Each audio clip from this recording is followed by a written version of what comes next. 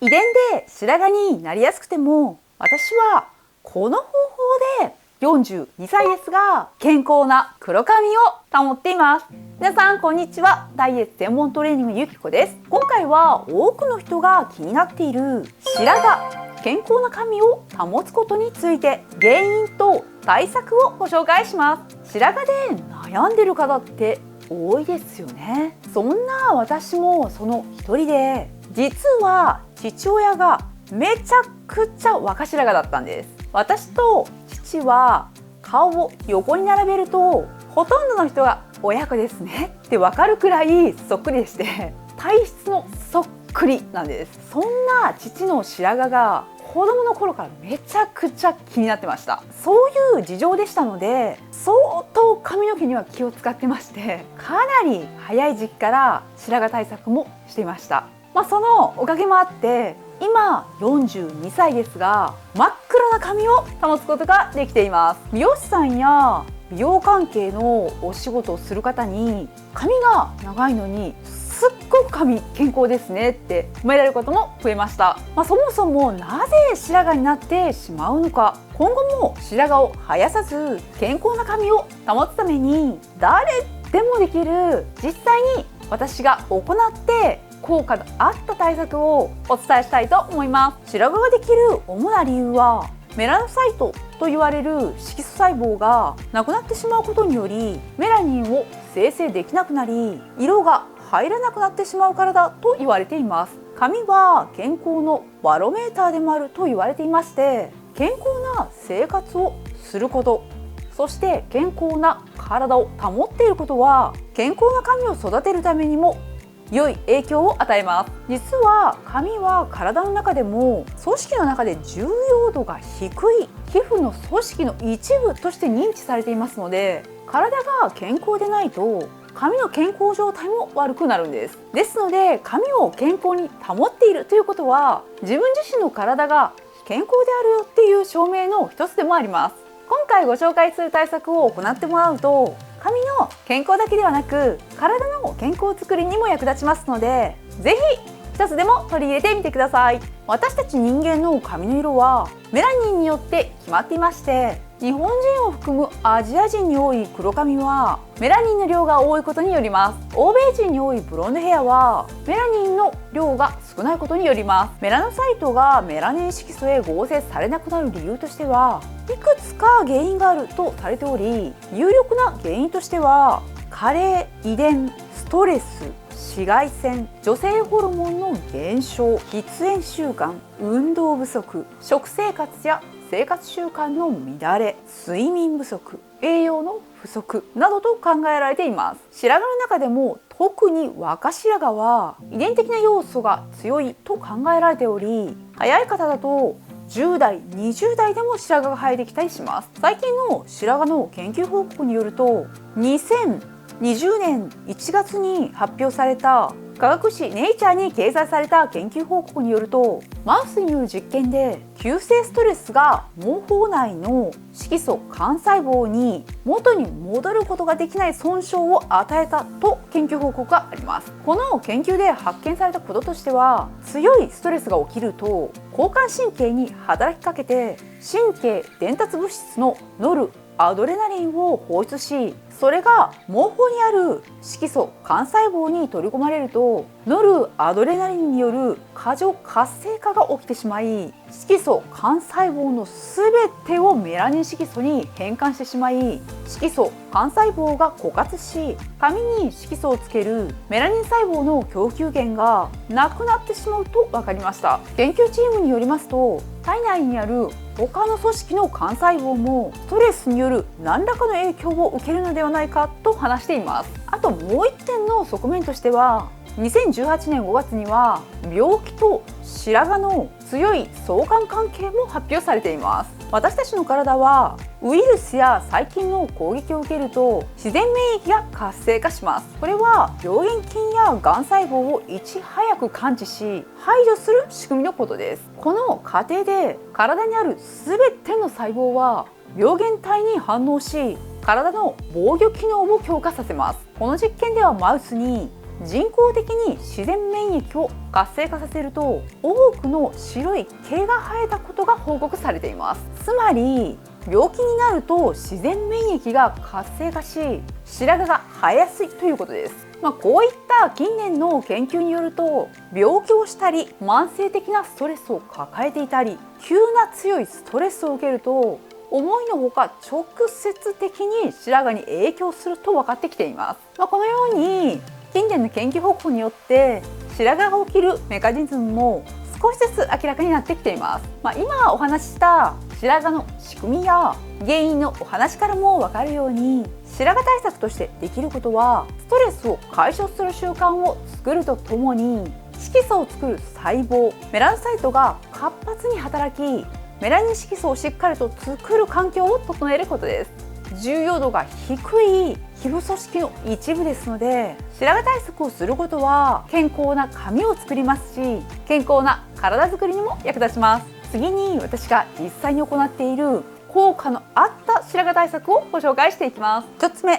頭皮ケアをする。年齢を重ねるとどうしても頭皮の厚みは薄くなります。それに伴い硬さも出てきて突っ張り感や血行不良を起こします。頭皮マッサージやブラッシングで血行不良を解消するとメラノサイトの活性化につながりプラスアルファマッサージで心地よさを感じれば交感神経が優位になりストレス対策としても効果が得られます。頭皮マッサージの方法は顔のたるみ取りと一緒にできる方法をこちらの動画でご紹介していますので興味のある方はぜひ概要欄からリンクの方をクリックしてみてください。マッサージをするのが面倒な方はこのようなパドルブラシを使ってブラッシングするのもおすすめです。こちらはアベダというアメリカのメーカーのブラシでして広い範囲で頭皮を刺激できとっても楽ちんに頭皮マッサージができます。特に硬くなりやすい頭頂部は念入りに行ってください。他にはスカルプケアができるヘアケア用品も血行促進効果が長持ちするので使っています。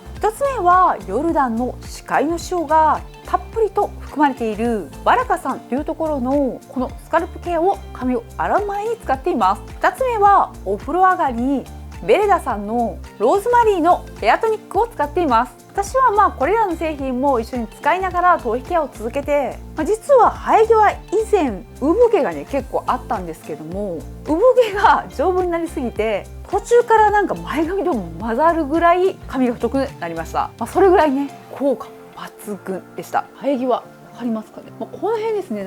産毛がかなりあったんですけどこの左右のこの額の揃えるためにかなり頭皮マッサージしたんですね。そしたら丈夫になりすぎて産毛か髪の毛か途中で分かんなくなりましたそれぐらい効果は抜群でした。2つ目、髪に必要な栄養を摂取する。髪でしっかりとした健康で黒い髪を育てるには血行がとっても大切でした。そして髪は優先順位の低い皮膚組織ですので髪を生成するのにはタンパク質、髪の毛も18種類のアミノ酸が結合してできたケラチンというタンパク質からできています。ケラチンは体の中で作ることができないので食べ物から取るしかないです。体内でケラチンを生成するにはタンパク質が必要というわけです。ですのでタンパク質を十分に摂取することは強く黒い健康な髪を作るのにはとっても大切です。卵や魚に良質なタンパク質が含まれており髪の生成に不可欠なアミノ酸を含んでいます。中でも重要なのは必須アミノ酸です。タンパク質の種類としては動物性、植物性1対1のバランスで取るのが理想的です。これらをね全て自分で管理して常に一定量取り続けるっていうのが難しい場合は体にアミノ酸が吸収されやすいサプリメントの BCAA や EAA、プロテインなどを活用してみてください。その他の髪に必要な栄養素のビタミン B2 は美容のビタミンとも言われていまして健康な髪を作る手助けもしてくれます。具体的には海苔やわかめなどの海藻類に含まれています。ただ海藻の中でも一つだけ気をつける食品がありまして乾燥ひじきだけは無機ヒ素が多く含まれています。無機ヒ素は発がん性リスクが指摘されているものでしてイギリス、カナダ、オーストラリア、ニュージーランドではひじきは販売も摂取も禁止されています。日本ではね、普通に食べられているんですが積極的にひじきを摂取するのはそうでなくてもいいのかなっていう、イメージです。もしどうしてもひじきじゃないとダメで食べたいという場合は約60分以上水につけることで無機ヒ素の 55% 以上が流出する流れ出すということが分かっていますので、水戻しの時間をしっかりと置いて調理してみてください。また鉄分、カルシウム、亜鉛、銅、これらも髪には必要な栄養素でして、これらの栄養素を摂るには大豆、小豆、エンドウ豆、ひよこ豆、そら豆、他に大切なのはビタミン D、 これらはキノコ類にも多く含まれまして、しいたけ、マッシュルーム、エリンギ、ボルシチンダケ、こういったキノコ類に含まれます。他に重要なビタミン B6 はバナナ、肉、魚、ビタミン B12 は海藻類、チーズ、卵、肉、貝類に含まれます。ぜひ参考に栄養バランスも考えてみてください。3つ目、体を温める習慣をつける。血行が悪くなると頭皮も血行不良を起こし、髪の健康が損なわれやすくなります。私自身も日頃から体を温めるようにしており、だいたい温かい飲み物を飲んでいます。おすすめは左右かグリーンルイボスティーです。グリーンは通常の発酵されたレッドのルイボスティーに比べてはるかに優れた栄養価や効能が期待でき、具体的には抗酸化成分のフラボノイドがレッドに比べて10倍以上、アスパラチンという成分は約81倍も含まれています。アスパラチンは血糖値の上昇を抑制し、糖尿病を予防する効果やメタボリックシンドロームを予防する効果、酸化ストレスを抑制する効果も持っています。グリーンルイボスティーはたった1杯で通常のレッドのルイボスティーの約80倍のアスパラチンを摂取できます。そのためレッドルイボスティーよりグリーンがおすすめです。他には加熱した生姜、シナモンを活用すると血行が促進されやすくなります。ただし生の生姜は時間とともに芯の体温を下げやすくしますので、飲み物に入れるときは加熱したものを使ってください。食材で体を温めるものは他にもありますので、ご自身の食事の好みに合わせてニンニクなども取り入れてみてください。4つ目、成長ホルモンが出る運動をする。運動の中でも